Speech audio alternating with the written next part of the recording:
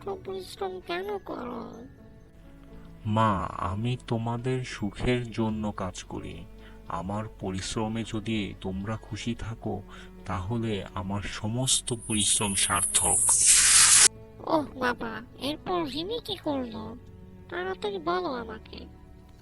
রিমি বাবার কথা শুনে খুবই আবেগপ্লুত হলো। সে বুঝতে পারল বাবার ভালোবাসা কত গভীর। এরপর থেকে রিমি তার বাবার কাজে সাহায্য করতে শুরু করলো। দুজন মিলে মাঠে কাজ করত এবং সন্ধ্যাবেলা বাড়ি ফিরে গল্প করত। আর মায়া তার বাবার এই গল্প শুনে তার বাবাকে বলতে লাগলো, বাবা, আমি তোমাকে অনেক ভালোবাসি।